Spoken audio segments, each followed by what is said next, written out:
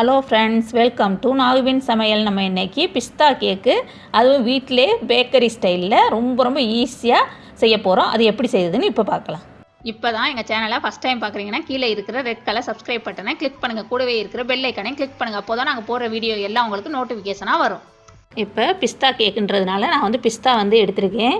அது பிஸ்தா 2 table spoon எடுக்கணும். 1 table spoon ஏற்கனவே நான் அந்த பவுலில் போட்டுட்டேன். இப்போ இன்னொரு டேபிள் ஸ்பூனும் போட்டாச்சு. அதோட நம்ம 3 டேபிள் ஸ்பூன் அளவுக்கு பால் சேர்க்கணும். இது காய்ச்சாத பால் தான் நான் இன்றைக்கி யூஸ் பண்ணுறேன். நீங்கள் காய்ச்சாத பால் தானே எடுத்துக்கோங்க. 3 டேபிள் ஸ்பூன் ஊற்றிட்டு அதை நல்லா கலக்கி விட்ருங்க. கலக்கி விட்டுட்டு இதை கிட்டத்தட்ட ஒரு அரை மணி நேரத்துக்கு நம்ம ஊற வச்சிடணும். அதை அந்த சைடு ஊறிக்கிட்டு இருக்கையில் இந்த சைடு நம்ம எந்த பேனில் பண்ண போகிறோமோ அதை எடுத்து நல்லா க்ரீஸ் பண்ணிடணும். ஆயில் தடவிட்டு பட்டர் பேப்பர் போடுறதுனா பட்டர் பேப்பர் போடணும். அப்படி இல்லைன்னா மைதாவில் டஸ்ட் பண்ணி எடுத்து வச்சிடணும்.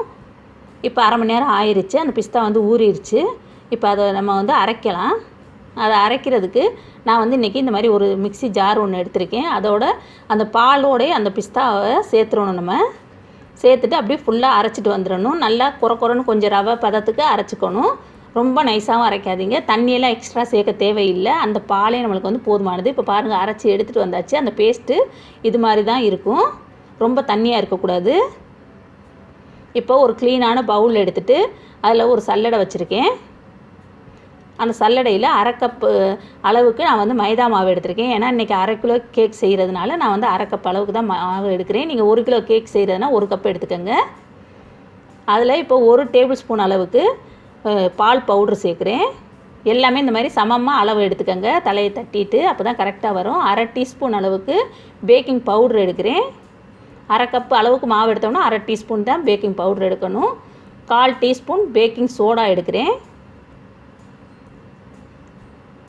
இது எல்லாத்தையும் இப்போ நம்ம நல்லா சளிச்சிடணும். 3 தடவை சளிச்சிக்கோங்க. அப்படி இல்லைன்னா ஒரு தடவை சளிச்சிட்டு நல்லா விஸ்கோ ஃபோர்க்கோ வச்சுட்டு நல்லா கிண்டி விட்டுக்கிறணும். நான் இன்றைக்கி 3 தடவை தான் சளிச்சு எடுக்கிறேன். ஏன்னா அப்போ தான் நம்மளுக்கு மாவு ஒரே மாதிரி மிக்ஸ் ஆகும்.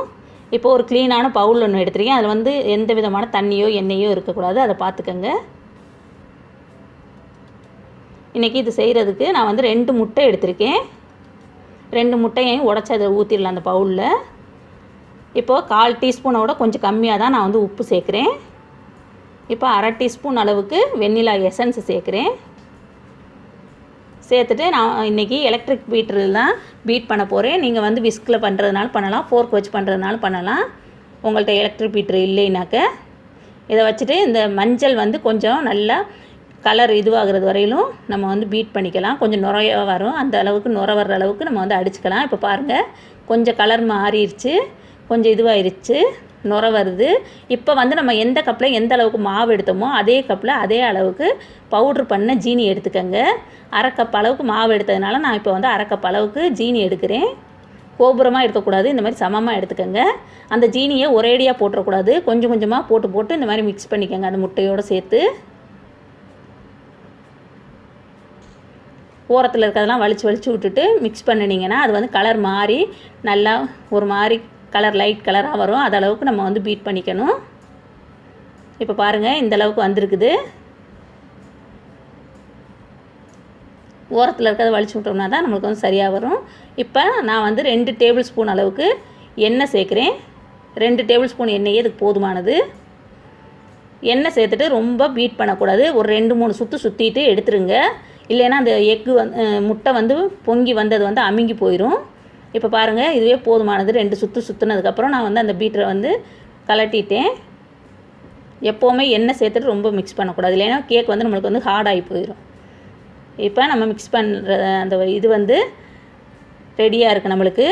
இப்போ நம்ம அரைச்சி வச்சுருக்கோம்ல பிஸ்தா அந்த பேஸ்ட்டு, அதோடு நான் இன்றைக்கி க்ரீன் கலர் சேர்க்க போகிறேன்.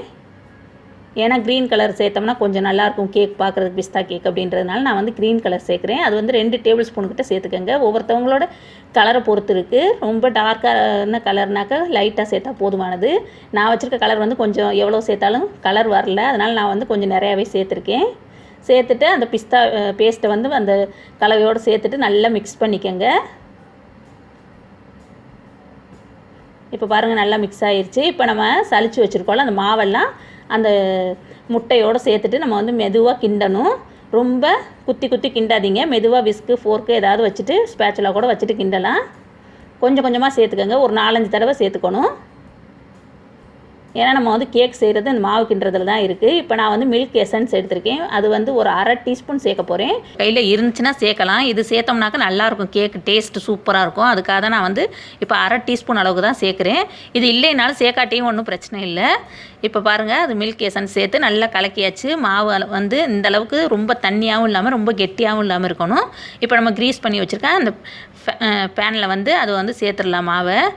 இப்போ பாருங்கள், எல்லா மாவும் சேர்த்தாச்சு. இப்போ இந்த மாதிரி 3 தடவை டேப் பண்ணி விட்டுக்கோங்க. ஏன்னா அந்த ஏர் பப்புள்ஸ் எல்லாம் அப்போ தான் நம்மளுக்கு உடையும். அதுக்காக இப்போ நான் வந்து 180 டிகிரிக்கு 10 நிமிஷம் வந்து அவனை வந்து ப்ரீஹீட் பண்ணி வச்சுருந்தேன். அதில் வந்து இப்போ 40 நிமிஷத்துக்கு வச்சு எடுத்துகிட்டு வந்துட்டேன் கேக்கு.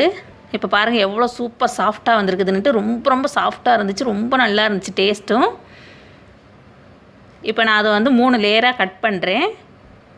இது வந்து நான் என்னோடய ஹஸ்பண்டோட பர்த்டேக்காக அவங்க வந்து ஆஃபீஸ்லேருந்து வர்றதுக்குள்ளே சஸ்பென்ஸாக பண்ணணுன்றதுக்காக நான் வேகமாக செஞ்சேன் இந்த கேக்கு.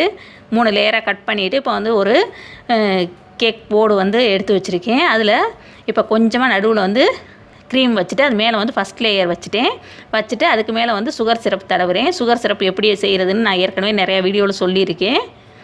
சுகர் சிரப் தடவிட்டு அது மேலே வந்து க்ரீம் வந்து தடவுறேன். இப்போ அதுக்கு மேலே நம்ம வந்து க்ரீம் தடவிட்டு அதுக்கு மேலே வந்து இந்த மாதிரி பிஸ்தா வந்து 1-2 உடச்சிட்டு அது மேலே போட்டோம்னாக்கா கொஞ்சம் இடையில வந்து நம்ம கட் பண்ணி சாப்பிடையில் கடிக்கையில் நல்லாயிருக்கும். அதுக்காக நான் வந்து அந்த மாதிரி சேர்த்துருக்கேன். இப்போ 2வது லேயரே அதே மாதிரி வச்சுட்டு சுகர் சிரப் தடவிட்டு இப்போ அதே மாதிரி 2வது லேயரும் இது பண்ணியாச்சு. இந்த மாதிரி உடச்சிக்கோங்க பிஸ்தாவை.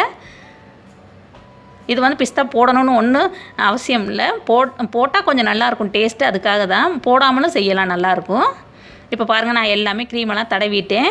எனக்கு வந்து க்ரீம் வந்து அவ்வளோதான், இனிமேல் இல்லை, தீந்துருச்சு. அவங்க ஹஸ்பண்ட் வர்றதுக்குள்ளே வேகமாக செய்யணுன்றதுனால நான் வந்து அது மேலே வந்து பிஸ்தா இருந்ததை வந்து அந்த தூளை வந்து தூவி விட்டுட்டேன். இப்போ கேக் பாருங்கள் கட் பண்ணியாச்சு. எவ்வளோ சூப்பராக லேயராக சூப்பராக இருக்குது பாருங்கள். அவ்வளோ ஒரு நல்ல சாஃப்டாக இருந்துச்சு. சாப்பிட்றதுக்கு ரொம்ப ரொம்ப டேஸ்ட்டாக இருந்துச்சு. அதனால் கண்டிப்பாக நீங்களும் உங்கள் வீட்டில் இந்த மாதிரி லாக்டவுன் நேரத்தில் உங்கள் குழந்தைங்களோட பர்த்டேக்கு நீங்களே கேக் வந்து வீட்டிலேயே ரெடி பண்ணுங்கள். ரொம்ப சூப்பராக இருக்கும். இந்த வீடியோ உங்களுக்கு பிடிச்சிச்சின்னா லைக் பண்ணுங்கள், ஷேர் பண்ணுங்கள், சப்ஸ்கிரைப் பண்ணுங்கள். கூடவே இருக்கிற பெல் ஐக்கானையும் கிளிக் பண்ணுங்கள். தேங்க்யூ.